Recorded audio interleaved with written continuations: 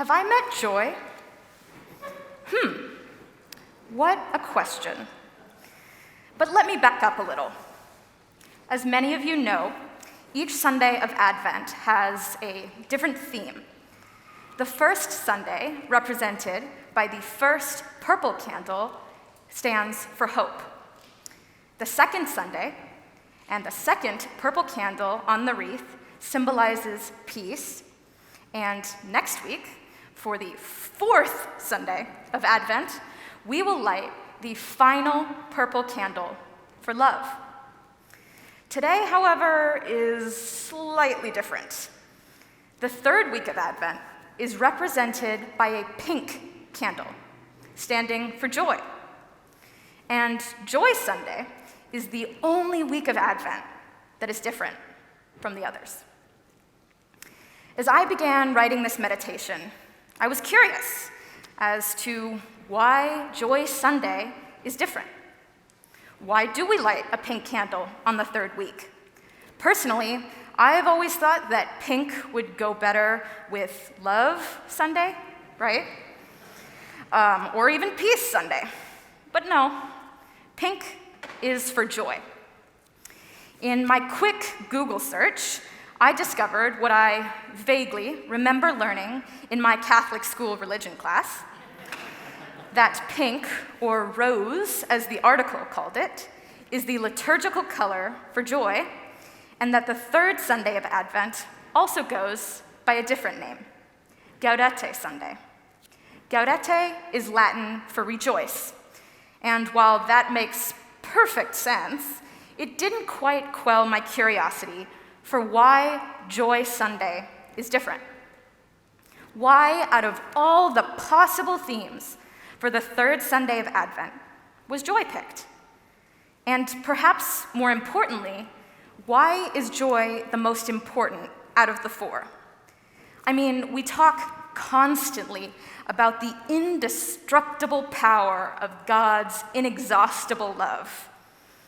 So you would think that love might be the focus for the third Sunday of Advent. But no, the third Sunday of Advent is not dedicated to hope or peace or even love. The third Sunday of Advent is about joy. So, why joy? Putting aside whatever ecclesiastical reasons there might be, what is so special, so unique about joy that we celebrate it in such a specific way tonight? When I think about joy in my own life, it's actually quite hard. I can easily draw upon experiences when I felt hope, when I've chosen not to be cynical, despite every reason that showed I had a right to. And I have memories of times that I've been peaceful instead of getting angry. And there are most definitely times in my life where I've felt love for and from the ones I care about. But joy is a little harder to pin down. The one thing that comes to mind for me is how I feel when I dance. Sometimes, in the middle of a performance or a rehearsal, I'll look up and suddenly be overwhelmed with this intense feeling of, well, I don't quite know what it is. It's almost like I'm just grateful to be alive. For that one moment, the world looks just a little bit more beautiful. And maybe that's what joy is. Maybe joy stems from doing what we're passionate about. Maybe the moments when we experience the most joy are the moments when we participate in something that makes us feel right. Like your soul has almost settled, just for a moment. But I think joy is more than that. Because as much as I love dancing around the kitchen while I'm waiting for the toast to pop up, I don't experience that kind of overwhelming joy as I'm doing arabesques and almost kicking my refrigerator. I don't love dancing in those moments any less, but I can't deny it feels different. But why? In that kitchen, I am by myself, I'm dancing alone. And I've realized that those moments when the joy just seems to wash over me, I'm not thinking about my own movements. I'm dancing with other people. That's what makes it joyful. Human connection has this incredible power to make us feel things so much deeper than the happiness we feel dancing alone in our kitchens, waiting for the toast to pop up. Maybe that's why joy is special, because it relies on our bonds with other people. We are joyful because we are together, and we come together because we want to experience joy. So, I think I have met joy. Have you met joy? Have I met joy? I think so, although I don't think we really got along the last time I did. I mean, I got the job I've wanted since I was literally 12 years old. I finally made friends in my neighborhood, and school is actually going well. So why am I not joyful or even properly happy? Well, there have been a few things that I keep thinking about, like how one of my best friend's father passed away earlier this year, or how my chess coach and his son both lost their lives to COVID and left behind a wife and mother, or even how my dog passed away last month. I'm sorry. I've been thinking about these things all year. I guess I feel guilty. I feel so bad for being happy because I know that so many others are still suffering. I mean, my friend who lost their parent is just one thing on my mind. How do you talk to someone who has lost their parent? How do you start a conversation? Do you ask them how their day went, even though I know it was just as bleak as horrible as the one before? Or do I talk about how my day went wonderfully at my dream job? It's so hard to send a text, much less have an actual conversation. I genuinely don't know what to do. So I ask, but then they don't respond. What am I left with? What am I supposed to do? Do I continue to text and worry about annoying them? After I message, and while I wait for a response, I still have to go to work, but they are always at the back of my mind.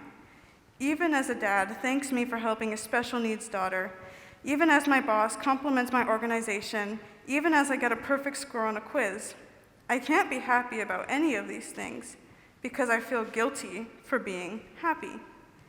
How can I feel joy while my friend is suffering? How can I feel joy when my chess coach's wife is living alone? How can I be happy when so many people are mourning the loss of their loved ones? How can I feel joy when so many people are still struggling with COVID and other things? I wish I could pause time until everything was okay. However, I know a time like that will never truly exist. So all we can do is our best to be enough for ourselves and to help others. I hope that it will become easier to be joyful someday. How about you? Have you met joy? Have I met joy? Have I met joy? Something I've been processing lately is the fact that I'm getting older. I know it sounds silly because aren't we all every second? But this feels different. As the outbreak of the coronavirus was beginning, I was 11 years old. I was finishing the first semester of middle school and still learning how to be responsible, how to handle 6 classes, how to act like a human being and not a child. Now I'm within a month of my 14th birthday. I'm ready to be done with middle school, and that's coming up. I feel older, I think older, and I look older. Although I have to admit, I guess I'm still working on the whole acting like a human being thing. So, wondering about meeting joy brought another question to mind. Will I meet joy in a different way at 18, and then 21, and then 35, and then 50, 65, 80? Will joy truly recognize me when I'm 80? Currently, my joy is leadership. At the beginning of this school year, I ran for student body president, knowing the amount of work it would be, and ready to take that on. I won the election at my school, and now every day, my joy is bringing others joy. Through events, representing at board meetings that sometimes keep me awake into the night, giving the weekly announcements, leading the school's student leadership, and trying my best to bring joy to everyone in whatever way I can. A lot of this is behind the scenes. I have to say, all of this behind the scenes work would not have been super fun for a 7-year-old me, because I loved the spotlight. So a 7-year-old me got her joy from putting on living room performances and playing kickball at recess, just waiting for the right moment to do my victory dance. Both things are fun, but I don't think they would bring me much joy now.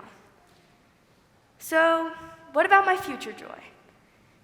I guess in the future, I hope my joy is being surrounded with people I love. I hope to have safe spaces and places where I'll know I'll always have someone. I want the lonely feeling I had during the quarantining of the coronavirus outbreak to not visit me again. I simply want warmth and love. Well, will Joy recognize me when I get older? Does Joy remember that I'm the little one who got her joy from victory dances? Will Joy remember that I'll just need warmth and love? Personally, my answer is this: maybe not. Maybe Joy won't recognize me. And maybe every time I revisit pure joy, it will be different. And I'm okay with that, because joy should be different and new. And every time you meet it, your joy will be something new. Joy should not just be happy, but a feeling that lasts. And every time joy comes back to visit, you'll be refreshed with newfound joy. I guess that answers my other question. I have met joy, and I'll meet it again and again and again, and I can't wait. There's only one more question. Have you met joy? Have I met joy? I've met joy before. It's hard to say when we first met, but it was probably sometime between the time I first tried carbohydrates and the arrival of my baby brother. Because, yes, those two events do hold equal weight in my mind. In preparation for this homily, I asked a few close friends what they were doing when they last met joy. Most initially were rather unhelpful. One garbled around a mouthful of chips, food. Another, after Googling Ode to Joy, said listening to Beethoven. And a third, who is known for their truly abhorrent sleep schedule, yawned naps. It was only when I pushed for further serious explanation that a theme began to appear. My hungry friend enjoyed sharing foods with loved ones. My musical friend loved getting lost in beloved melodies. And my sleepy friend liked having the personal time to rest and reset. Joy wasn't superficial. It had deeper personal connotations. It was something individual. No two answers I got were the same. Even with such a small data set, I felt like I was onto something. It was around this time that I began to ask myself, when did I last meet joy? And this was a surprisingly hard question to answer. I mean, the rush of senior year, extracurriculars, college applications, homework, all these things were so overwhelming. I felt like I had no time to be joyful, to stop, to rest. I was always focused on what was right in front of me. A few weeks ago, in a rare rare moment of peace, I came across a childhood poem by one of my favorite writers, Cecily Mary Barker. It reads, "Traveler, traveler, tramping by to the seaport town where the big ships lie. See, I have built a shady bower to shelter you from sun or shower. Rest for a bit, then on, my boy, luck go with you, and traveler's joy. Traveler, traveler, tramping home from foreign places beyond the foam. See, I have hung out a white festoon to greet the lad with the dusty shoon. Somewhere a lass looks out for a boy. Luck be with you, and traveler's joy." Now, while this is actually a rather childish ditty about, you guessed it, a type of flower called, you guessed it, traveler's joy, this vestige from my youth was untainted by my current jaded nihilism. It was probably because of its purity that I was more receptive to the message it had for me. In my clumsy forays into adulthood, I'll travel away, far away, to where the big ships lie, to foreign places. But traveler's joy would be with me, ready to let me rest for a bit, giving me much-needed shelter, preparing me for the next step, the next day, the next mile. And when I'm ready to come tramping home, there would be people waiting for me. Joy isn't stationary. It travels with you.